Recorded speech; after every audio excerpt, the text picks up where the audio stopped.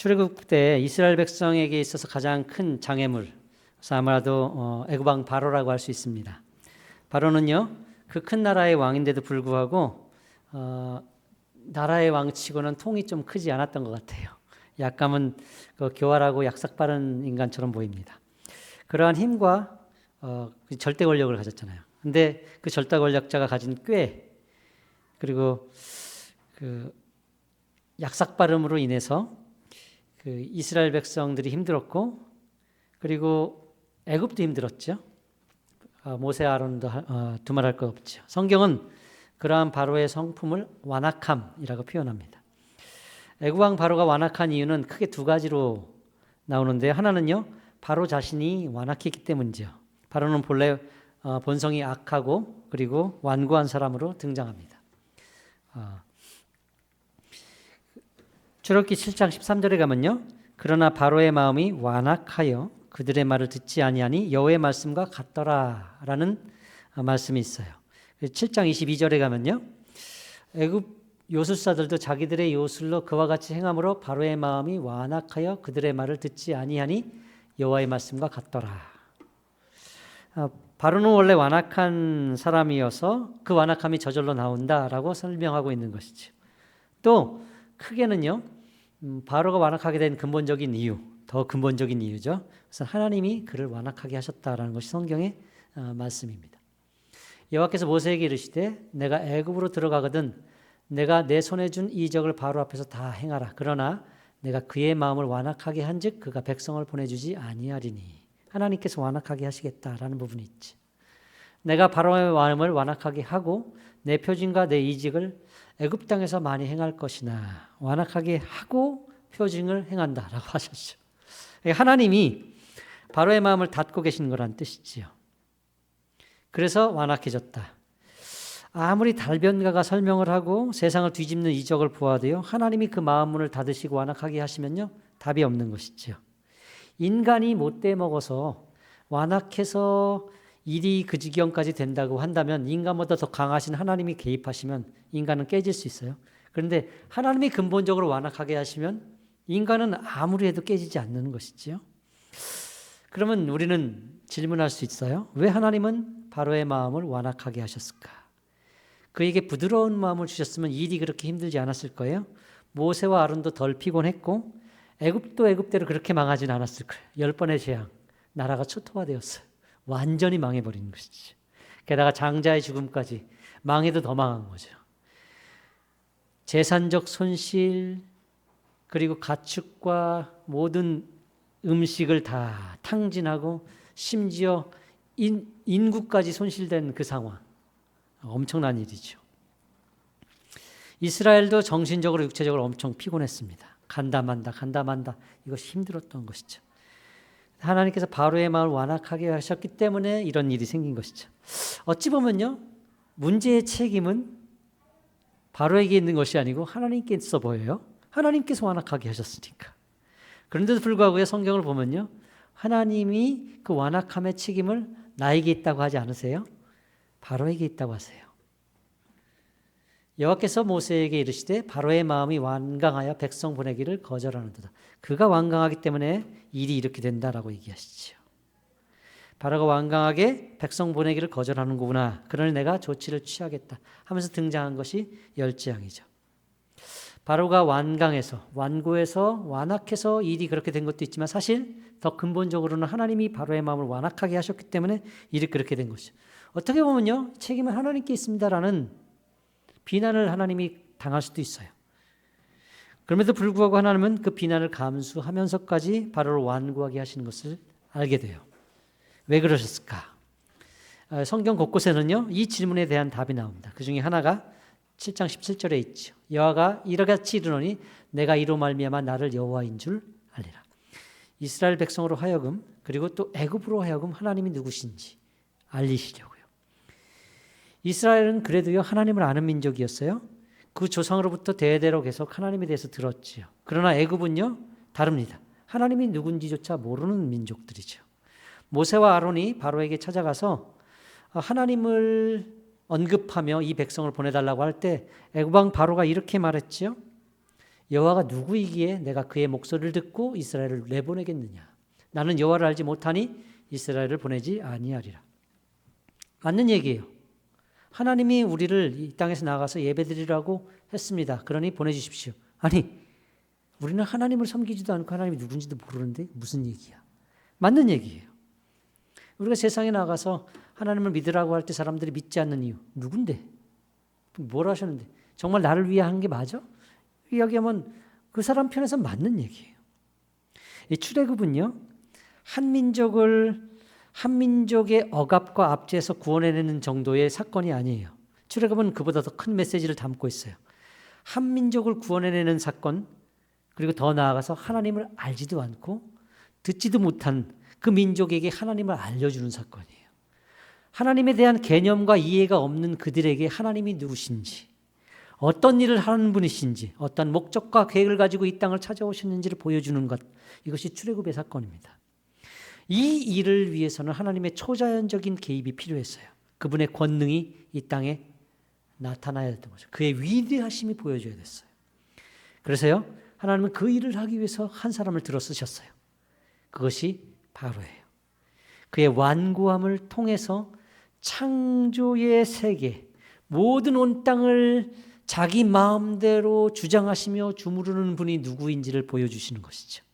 로마서에 가면요, 이 사건을 다시금 해석하는 장면이 나옵니다. 바울은 이 출애굽 사건을 이렇게 설명해요. 모세에게 이르시되 내가 긍휼히 여길 자를 긍휼히 여기고 불쌍히 여길 자를 불쌍히 여기리라 하셨으니 그런즉 원하는 자로 말미암음도 아니요 다른 박질하는 자로 말미암음도 아니요 오직 긍휼히 여기시는 하나님으로 말미암음이니라.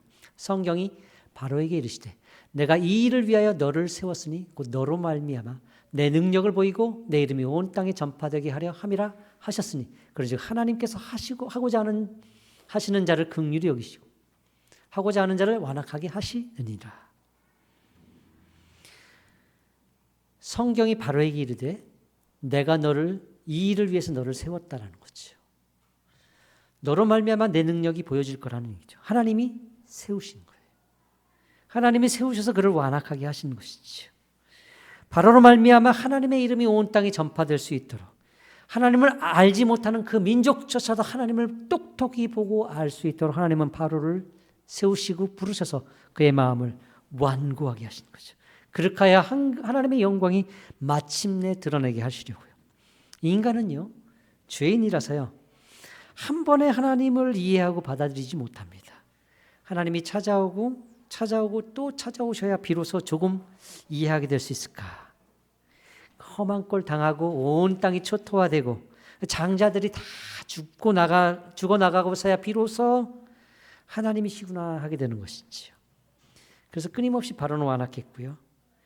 그리고 끊임없이 하나님은 찾아온 것이죠. 그래서요, 이 재앙이라는 말에 긍휼이라는 말이 등장합니다. 내가 긍휼히 여길 자를 긍휼히 여기고 불쌍히 여길 자를 불쌍히 여기리라 하셨으니 그런즉 원하는 자로 말미암음도 아니요 다른 박질하는 자로 말미암음도 아니요 오직 긍휼히 여기시는 하나님으로 말미암음이라. 우리는 재앙이라고 말할 수 있겠지만 사람을 완악하게 하신 하나님 참 못됐다라고 얘기할 수 있겠지만 하나님은 긍휼이라고 얘기해요. 불쌍히 여기심이라고 얘기한다고요. 하나님의 찾아오심이라고 얘기합니다. 그렇게 해서라도 하나님은 하나님을 알리시는 거예요. 여기서 우리는 질문할 수 있죠. 왜 하나님은 재앙을 10번이나 내리셨을까? 한두 번이면 충분하지 않을까? 한 나라를 다 망하게 하시고야 그때까지 하나님께서는 그렇게 힘이 없었나 싶기도 하고요. 아니면 사람이 그렇게 강한가? 하나님의 권능은 성경 곳곳에 나타나죠. 사도행전에 가면 이런 하나님에 대한 말씀이 있죠. 우주와 그 가운데 있는 만물을 지으신 하나님께서는 천지의 주제시니 손으로 지은 전에 계시지 아니하시고 또 무엇이 부족한 것처럼 사람의 손으로 섬김을 받는 것이 아니니 이는 만민에게 생명과 호흡과 만물을 친히 주시는 이심이라. 일레 모든 족속을 한 혈통으로 만드사 온 땅에 살게 하시고 그들의 연대를 정하며 거주의 경계를 한정하셨으니. 하나님 말씀만으로 세상을 만드신 분이죠. 모든 만물의 주인이시고 부족한 것 전혀 없어요. 하나님이 그 백성들에게 예물을 드려라, 11조를 내라 라고 명령하시지만 하나님은 그게 필요해서 명령한 게 아니에요. 그거 받아야지만 하나님이 먹고 살 수 있는 게 아니에요. 사실 하나님은 부족함이 없죠. 필요한 것이 없죠. 그래서요, 우리가 종종 하나님을 도와드려야 됩니다. 우리는 하나님을 위해서 우리가 헌신해야 된다는 말을 하지만 그 개념도 엄밀한 의미에서 본다면 약간은 정확한 개념은 아니죠. 우리가 어떻게 하나님을 돕겠습니까? 하나님이 우리의 도움이 필요하겠습니까? 하나님께서 우리에게 무언가를 요구하시고 우리의 힘과 우리의 재물을 요구하실 때는 그것은 우리를 위함이지 하나님을 위함이 아닌 것이죠. 하나님은 모든 만민의 생명과 호흡을 주장하신 주관자이시죠. 인류의 모든 족속이 하나님으로부터 나왔어요. 생명의 길이 얼마큼 살까도 하나님이 정하세요. 너는 어디에서 얼마큼 무엇을 하고 살다가 어떻게 죽을까? 우리는 몰라요. 하나님은 아세요. 그것이 하나님이 주장하시는 것이죠. 하나님이 주권과 하나님의 손안에 있는 것이죠. 이런 하나님이시라면요, 재앙을 10번까지 할 필요도 없어요. 한두 번, 두세 번이면 충분히 알아들을 만큼 얘기할 수 있고 모두를 행복시킬 수 있어요. 그런데 그 하나님이 한두 번에 끝나지 못하고 10번이나 하시죠. 그것도 한 사람 바로와 질질 끌면서 보내라 마라 보내라 마라 하는 길고도 지루한 싸움을 싸워요. 하나님이 힘이 없어서? 아니면 바로가 그만큼 완고하고 강해서? 그것도 아니죠. 사람이 그렇게 셀 리 없고 하나님이 그렇게 약할 리 없어요. 하나님의 어리석음이 사람의 지혜롭고 사람보다 지혜롭고 하나님의 약하심이 사람보다 강하다. 성경이 이야기하지. 아무리 하나님이 어리석어도요, 사람보다 어리석을 수가 없어요. 더 지혜롭고요. 아무리 하나님이 약해도 그 무엇보다 강하신 분이시죠. 그 하나님은요, 10번까지 가지 않고도 알아들을 만큼 충분히 말씀할 수 있는 분이에요. 그런데도 불구하고 하나님은요, 10번을 했어요. 왜 그랬을까요? 이것이 하나님의 인격이에요. 인격. 아시겠습니까? 사람과 사람이 대화하고 타협하는 것. 인격과 인격의 만남에는요, 억압과 폭력이 아니고 대화와 타협과 기다림과 인내가 있어요. 말 안 듣는 아이를 말 듣게 하는 가장 좋은 방법, 쉬운 방법이 있다면 매일 거예요. 회초리일 거예요. 폭력에 못 이겨서 아이들은 그 말을 따르게 될 것이죠. 공포죠. 그렇지만 지혜롭고 인격을 가진 부모라면 매를 들지 않아요. 폭력을 쓰지 않는다는 거예요. 무엇을 하죠? 말을 하지요. 그렇죠? 근데 그 말이 통하지 않아요. 통하나요? 분을 바라고 화를 내고 참고 또 참고 얘기를 하고 얘기를 해도 참 말이 듣지 않아요. 그런데도 또 불구하고 말을 하죠. 아이들이 제일 싫어하는 것 중에 하나가 뭔지 알아요? 잔소리. 정말 싫어해요. 왜 또 그 말 하냐요? 왜 그 말 할 것 같아요? 말을 듣지 않으니까, 때리기 싫으니까, 폭력을 휘두르고 싶지 않으니까 말을 하는 거예요. 인격과 인격이 만나 부딪히고 타협하면서 조율해 나가는 과정인 것이죠. 그 과정이 길어지는 거예요. 하루아침에 말 듣는 게 아니거든요. 그 말을 이해하고 알아들을 때까지 또 말하고 또 말하고 또 말하죠. 부모는 끊임없이 말하죠. 자녀는 끊임없이 잔소리를 한다고 하죠. 그 말이 이해될 때는 언제쯤이에요? 성숙하고 자란다. 우리가 부모 돼 보니까 그때 그 잔소리가 달았네. 맞는 얘기였네라는 소리를 나중에 하신 거죠. 왜 10번일까요? 인격과 인격의 부딪힘인 거예요. 폭력과 억압으로 그냥 다 해치운 것이 아니라 이래도 듣지 않겠니? 라는 뜻이에요. 열재앙 자체가 폭력이에요. 아니에요. 정말 폭력이었으면 한두 번으로 끝났을 거예요. 완전히 그냥 끝내버렸을 거예요. 그런데 왜 그래요? 기다리고 인내하고 설명하고 보여주는 거예요. 이래도 못 믿겠니? 이래도 듣지 않겠니? 좀 내가 얘기하는 것이 들리지 않니? 라는 하나하나의 설명이 열재앙인 거예요. 찾아오고 또 찾아오고 또 찾아오는 사건인 것이죠. 인격과 인격의 부딪힘인 거예요. 하나님은 애굽조차도 비인격자로 다루신 것이 아니란 뜻이에요. 하나님을 알지 못하는 그 민족에게도 하나님은 인격자로 대우하시며 말씀하고 계시는 것이지요. 이 하나님의 일하심으로 인하여 애굽도요 조금씩 반응하기 시작하죠. 요술사가 바로에게 말하되 이는 하나님의 권능입니다. 이것은 하나님이 하신 일입니다. 라는 얘기를 요술사들도 해요. 바로도 얘기해요. 바로가 이르되 내가 너희를 보내리니 너희가 너희 하나님 여호와께 광야에 가서 제사를 드릴 것이냐. 너무 멀리 가지는 말라. 그런즉 너희는 나를 위하여 간구하. 너희는 나를 위하여 간구하라. 무슨 뜻입니까? 바로도 알고 있다는 거예요. 하나님이 이 일을 하신다. 너희는 그 일의 중개자다라는 사실을 알고 있어요. 너희는 나를 위하여 간구하라. 이해하고 납득을 하고 있다는 거예요. 조금씩 알아가고 있다는 뜻이죠. 생각해 보십시오. 한 사람이요, 하나님 앞에 전적으로 항복하려면 하나님을 몇 번이나 만나야 될까요? 하나님의 권능과 실력이라면 한 번으로도 가능할 거예요. 하지만 우리 중 그 누구도 단 한 번만에 하나님 앞에 항복하는 사람 없어요. 그렇지 않습니까? 하나님을 믿는 하나님의 백성들, 하나님의 자녀들도 그래요. 어떤 분은요, 정말 죽다 살아났어. 사형 선고를 받고 이제 병원에서 얼마 못 삽니다라는 얘기를 듣고 울며 불며 하나님이 살아계신다면 나를 살려주십시오. 하나님 위해 살겠습니다. 그래서 기적같이 살아났어요. 그런데도 그분의 고백이 뭐냐면요, 정말 더 많이 맞았고 더 많이 혼났다는 거예요. 지금도 철 들어가고 있다는 거예요. 우리도 그러지 않아요? 하나님을 알아요. 하나님의 백성으로 부름을 받았다는 걸 알고 그 은혜를 느껴요. 그렇지만 그 은혜를 받은 것으로 단 한 번만에 하나님 자녀답게 하루하루를, 일주일을 살아내지 못해요. 회개할 것 하나 없이, 후회할 것 하나 없이 우리가 신앙생활을 매일매일 잘하고 있습니까? 언제나 즐겁게 이 길을 가고 있나요? 그렇지 않아요. 하나님 한 번 만난 것으로 우리는 온전하게 신앙생활을 해내지 못해요. 우리는 하나님이 참 많이 필요한 사람들입니다. 하나님을 믿기 이전에도 하나님이 필요했지만 하나님을 믿고 섬기는 지금 이 순간에도 우리는 하나님이 필요합니다. 아니, 더 절실하지요. 믿으면 믿을수록 우리가 고백할 수밖에 없는 진리 하나가 있지요. 하나님 없으면 안 되겠습니다. 제발 나를 떠나지 말아 주십시오. 어찌 보면요, 열지양이 그런 것 같아요. 하나님의 찾아오시고 또 찾아오심.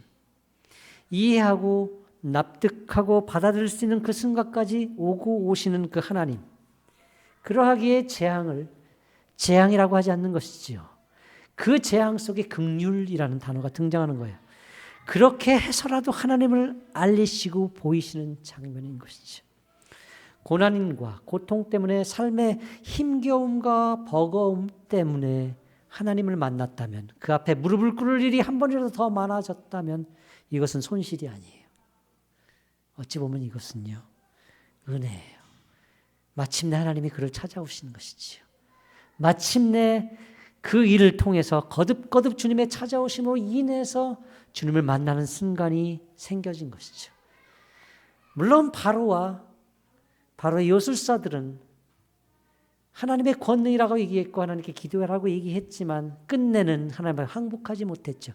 그렇지만 그 접촉점이 생겼다는 것은 복이에요. 하나님을 조금이라도 알게 되는 그 문이 열렸다는 것은 복인 것이죠.